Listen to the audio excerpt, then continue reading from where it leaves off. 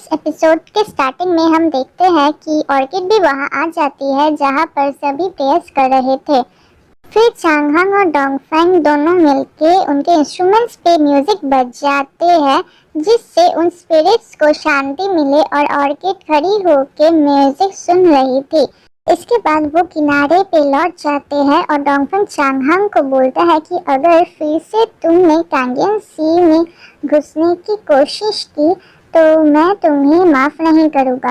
फिर चांगहांग बोलता है कि अगर तुम्हें भी मैंने शुयुनडान में देखा तो मैं भी तुम्हें आसानी से नहीं छोड़ूंगा।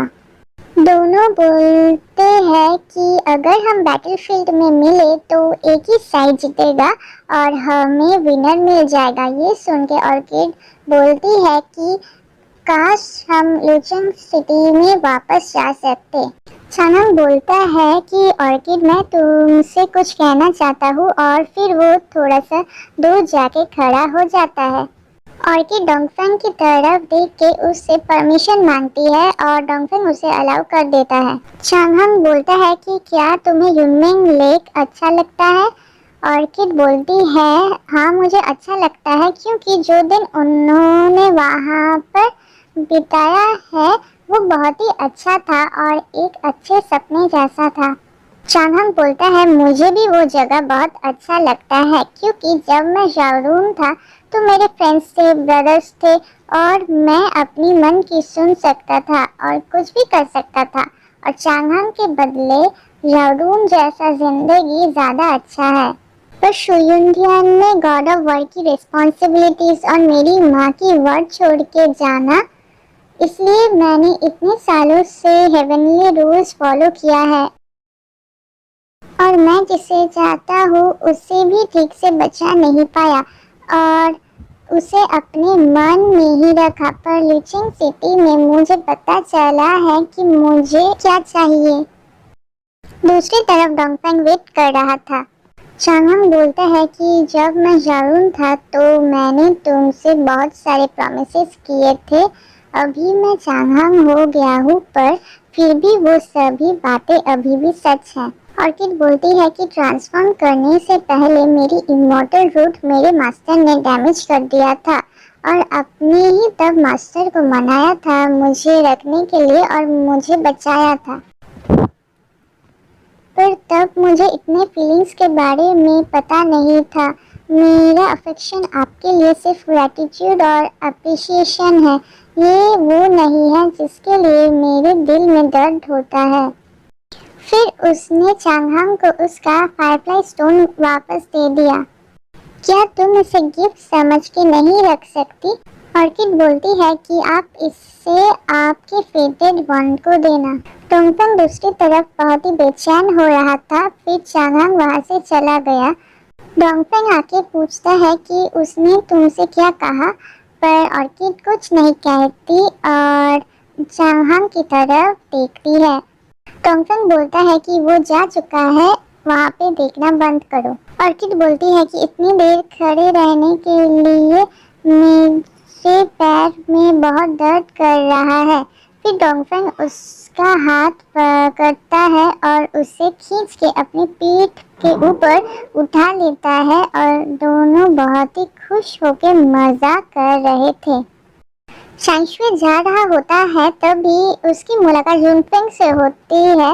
वो उसे ग्रीट करता है। जुनफेंग उससे पूछता है क्या कोई उपाय है मेरे भाई का हार्ट कर्व ठीक करने के लिए। वो उसे बताता है कि अगर एंशिएंट स्वॉर्ड चेंगलिंग से ऑर्किड को मारा जाए तभी ये कर्व टूट सकता है, पर हमें तीनों रेल्म में वो लास्ट फ्रैगमेंट कहीं पे नहीं मिला तो इसलिए तुम स्वॉर्ड के फ्रैगमेंट्स को ढूंढ रहे थे। शांशुए बोलता है क्या आपने लास्ट फ्रैगमेंट ढूंढ लिया है। वो बोलता है नहीं। वो बोल के वो वहाँ से चला जाता है। फिर हम देखते हैं कि डोंगफेंग और ऑर्किड बाजार में घूम रहे होते हैं जहाँ पर सभी लव लॉक्स बेच रहे होते हैं। ऑर्किड बोलती है कि यहाँ पर इतने लव लॉक्स क्यों बेच रहे हैं।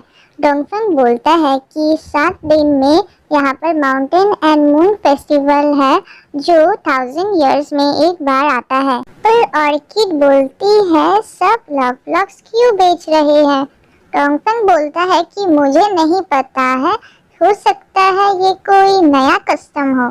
फिर उनकी मुलाकात जेली से होती है जो बोलती है कि मैंने तुम्हें सारा दिन नहीं देखा तो तुम डेट पे थी।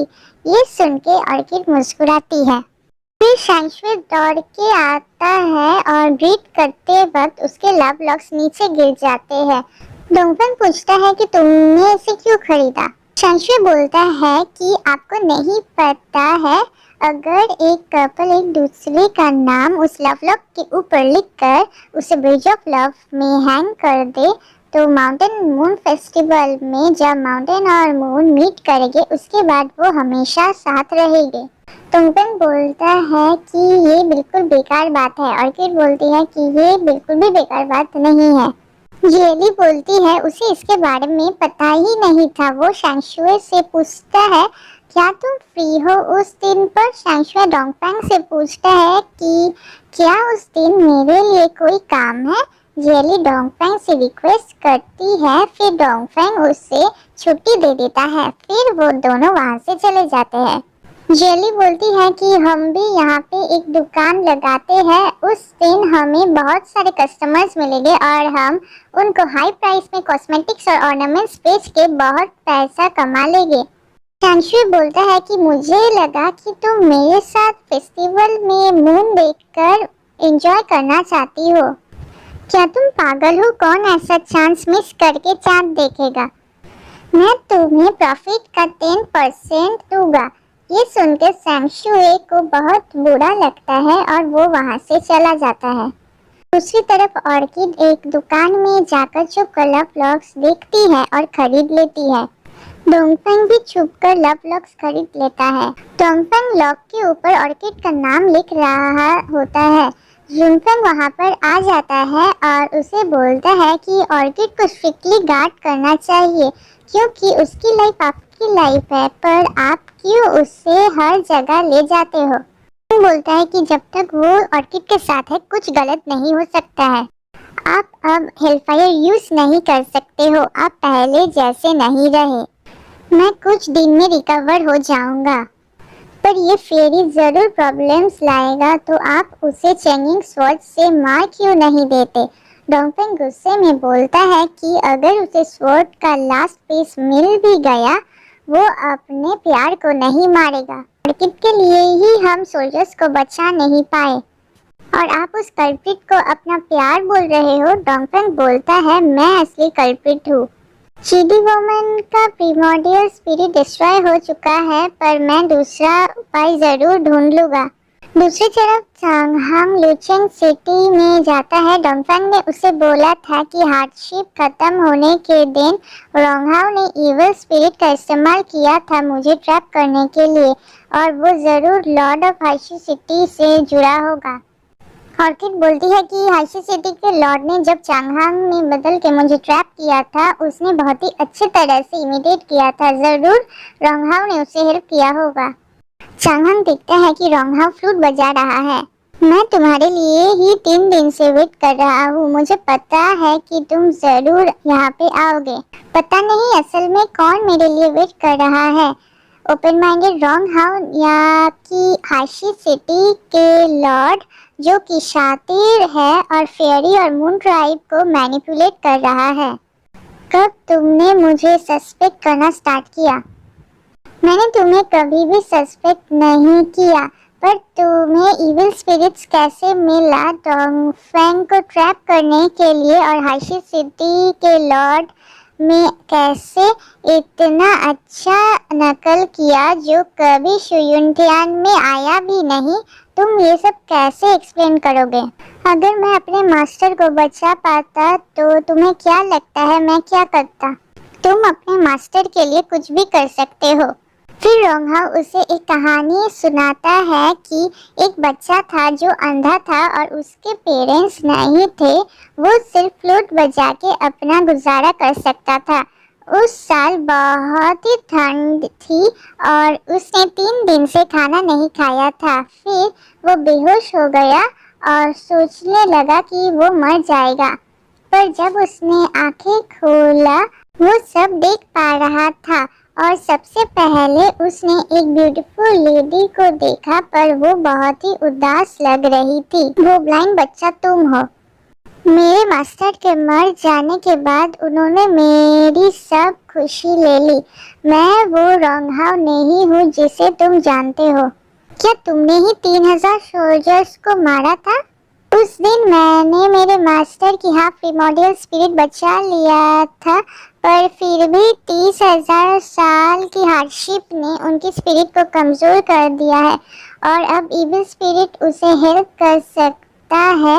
इसलिए मैंने हाशी सिटी बनाया मून ट्राइब के लोगों की स्पिरिट एब्जॉर्ब करने के लिए। पर जब से डोंगफेंग वापस आया है, मैं मून ट्राइब को कुछ नहीं कर पा रहा हूँ। अगर फर्स्ट गॉड ऑफ वॉर को पता चलता कि तुम ऐसे लोगों को मार रहे हो उसे बचाने के लिए, तो उसे कैसा लगेगा? मुझे अपने मास्टर को बचाना है और मुझे वो मार भी डाले तो मुझे कोई रिग्रेट नहीं होगा। तुम मेरे बेस्ट फ्रेंड थे, पर लगता है मैं तुम्हारे बारे में कुछ भी नहीं जानता। मैंने सब झूठ बोला, पर ये दोस्ती मैंने अपने मन से किया है। मुझे तुम पे ट्रस्ट है। मुझे भी। तुम ऑर्किड को बचाना चाहते थे, पर तुम्हें भी सब ने धोखा दिया। हम एक जैसे हैं। नहीं, तुमने बहुत ही बड़ा क्राइम किया है। मैं तुम्हारे साथ वापस चलूँगा। फिर हम देखते हैं कि वो दोनों शुयुनजियान में आ गए हैं और लॉर्ड युनजोंग रॉन्गहाव के क्राइम सुन के लियुयान को बोलता है कि उसे कर्मा जेल में डाल देने के लिए ले जाए। युनजोंग बोलता है कि तुमने एक ट्रेटर की मदद करके क्राइम किया है, पर तुमने रॉन्गहाव को पकड़ा के हमारी मदद की है। ऑर्किड ट्रेटर नहीं है। आपके आंखों में मदर गॉड और हम सब सिर्फ चेस पीसेस हैं, तो आप मुझे मार सकते हो। मेरा लाइफ बहुत ही लोनली था ऑर्किड के आने से पहले, पर वो किसी और से प्यार करती है और वो कैंगियन सी में ही रहना चाहती है, तो आप मुझे मार सकते हो। तो तुम गॉड ऑफ वॉर हो, सिर्फ तुम ही डोंगफेंग से लड़ाई कर सकते हो। मुझे और नहीं लड़ाई करना। मैं आपके लिए और नहीं लड़ूंगा। दूसरी तरफ दाइन सोचती है कि चांगहांग ने उसको बचाया, पर असल में उसे नहीं, उसने क्रिकेट को बचाया था। वो सिर्फ ऑर्किड से प्यार करते हैं। फिर वो सोचती है कि चांगहांग को पता देना चाहिए कि ऑर्किड गॉडेस है और उसकी फियांसे है। तभी वहाँ पर उसे पता चलता है कि चांगहांग को 7 दिन बाद एग्जीक्यूट कर दिया जाएगा। डोंगफेंग अपना हेलफायर यूज करने की कोशिश करता है और ऑर्किड उसके लिए मेडिसिन लाकर उसे डांटती है क्योंकि वो अभी भी ठीक नहीं हुआ था। डोंगफेंग बोलता है कि मुझे अभी भी नहीं पता सोल्जर्स की सील कैसे तोड़ना है, और अगर मैं हेलफायर ना यूज कर पाऊँ तो मून ट्राइब को कैसे प्रोटेक्ट करूँगा। फिर ऑर्किड उसका हाथ पकड़ लेती है।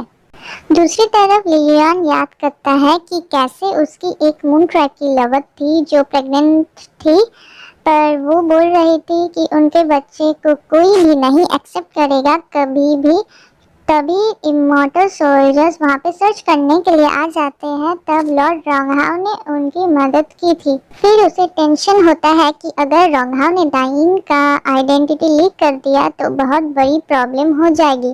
तभी दाइन आ जाती है और चांगहांग को बचाने बोलती है, पर वो अपने फादर के हाथ में मून ट्राइब की सामान देखकर पूछती है कि ये कहाँ से आया। उसने बताया कि वो पेट्रोल करते वक्त उसे ये मिला। दाइन बोलती है अगर लॉर्ड युनजोंग को ये पता चला तो बहुत बुरा होगा। तब लियुयान उसे चिंता करने को मना करता है, फिर वो उस चीज को डिस्ट्रॉय कर देता है। दूसरी तरफ जेली लवलॉक में शेंगशुई का नाम लिख रहा होता है। वो कहती है कि इसका नाम लिखना इतना मुश्किल क्यों है। तभी वहाँ पर हाशी सिटी की पेविलियन मास्टर आ जाती है। यहाँ पे शैंशुए को खबर मिलता है कि कोई पैलेस के अंदर घुस गया है।